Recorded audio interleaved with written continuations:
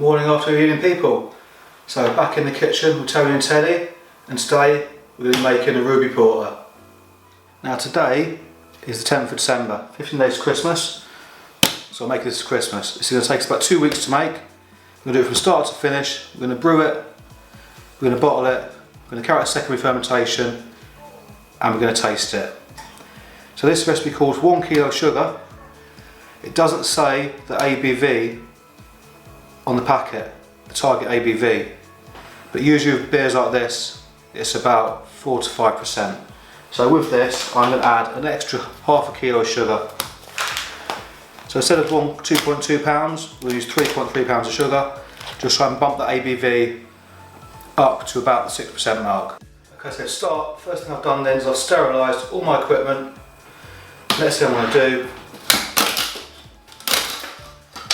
is remove the yeast packet from this, pop this in a sink full of hot water, just about 10 or 15 minutes. All it does, it makes it a bit more runny, it gets it out of the tin more easily. Oh, by the way, I'm not sponsored by any company. These beer kits I review, I buy them myself, I brew them, I drink them, not sponsored at all. So I'm going to get this into a sink of hot water, I'm going to boil a kettle, 2 or 3 litres of water in the bottom of this FV. Okay, so into our FV then, we're going to fire about 3 litres boiling water.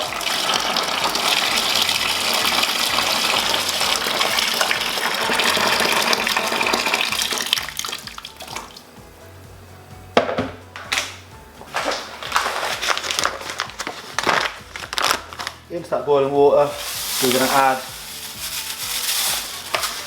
1.5 kilos of sugar.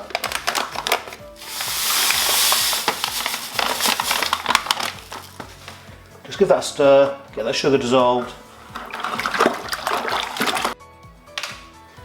And in we go with our water concentrate.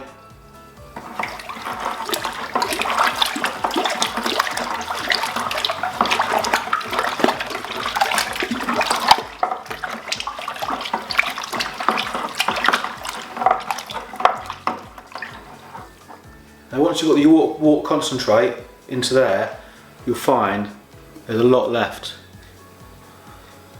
on the inside of the tin. So all I do is I fill that full of hot water, just leave that to stand for about 5 minutes, and then empty that in too, just to make sure we get it all. Okay, in with that. Give that a mix. I forgot to mention it, this kit does make 23 litres or 40 pints, which is 6 US gallons. So we're not going to add any more hot water to this now. The rest of what we add is going to be cold. So all we're going to do now is top this up to the 23 litre mark with cold water. If you add too much hot water, this water will be too warm and will kill the yeast.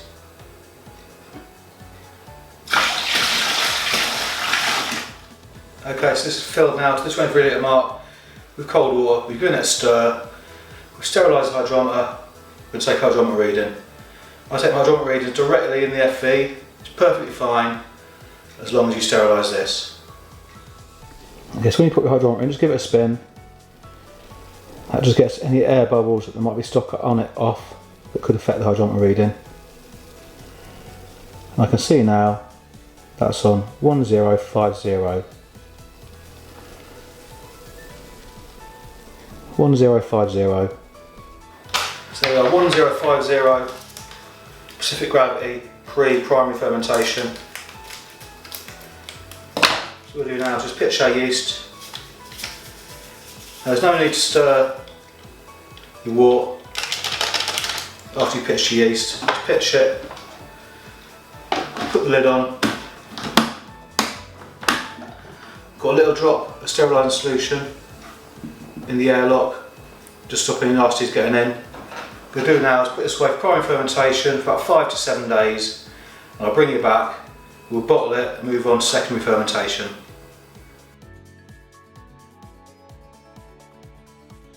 Okay, so it's been 8 days now, 8 days primary fermentation, and that bubbling was just because I touched the lid. It's not still fermenting, but we're going to confirm that now, so we'll go ahead, take our hydrometer reading and see what ABV we're coming in at. Okay, so I've sterilised The FV will rack it into. I've also sterilised the hydrometer, so we can stick hydrometer directly in the FV like this.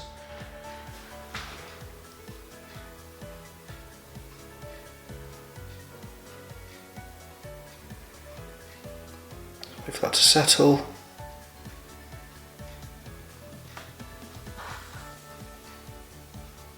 $1004, so we have fermented right down. So I'll do the maths and I'll get back to you. Okay, so I've done the maths, it's coming at 6.04%, so let's call it 6%. I said we were aiming for 6% ABV, that's what we've got.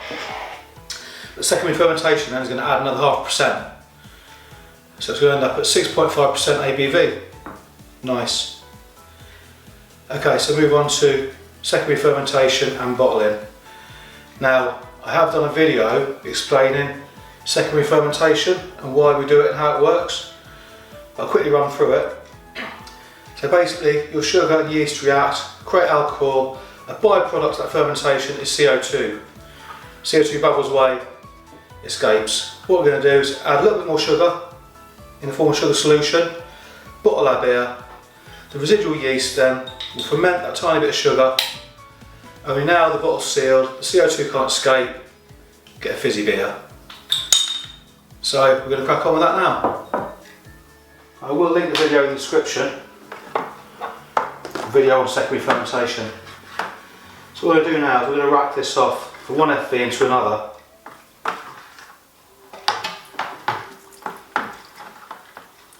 And we're going to add our sugar solution. So 140 grams of sugar there to 500 ml of water, half a litre. The second fermentation method we're using here is we're going to add sugar solution to the FV and prime it all together. The other method you can use, you can prime each individual bottle. We can use fermentation drops and prime each individual bottle. That's time consuming, so I prefer to just add an amount of solution to the beer, rack it off, give it a gentle stir, bottle it, put it on for secondary. Okay, when it's at half done, it's the point at which I like to add the sugar solution.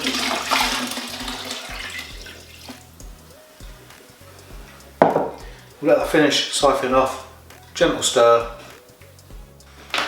So I'm going to use the bottling wand today, just got a built-in valve, very handy, I'll link it in the description.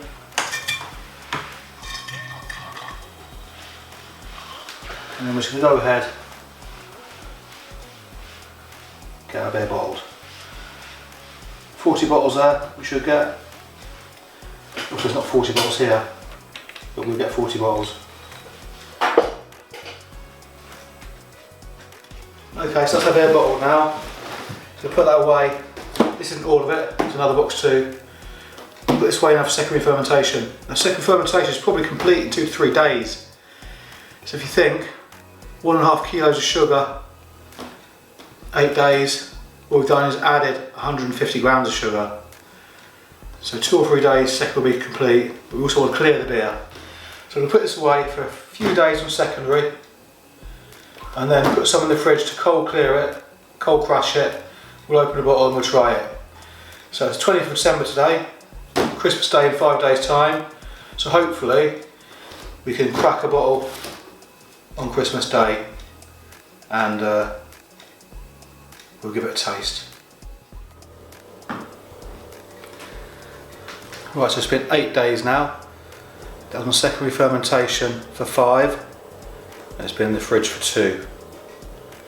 So we're going to pop one now, take a look. Not that much of a hiss, but definitely secondary taking place.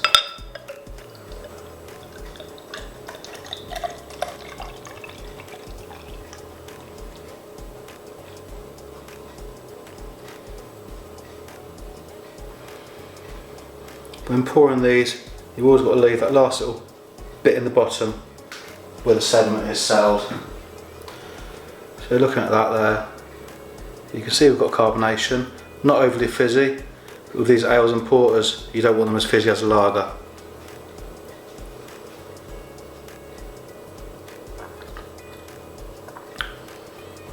Yeah, really nice, full bodied flavour, very slight bitter aftertaste, but in a nice way.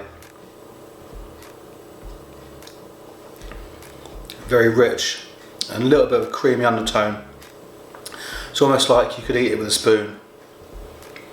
Yeah,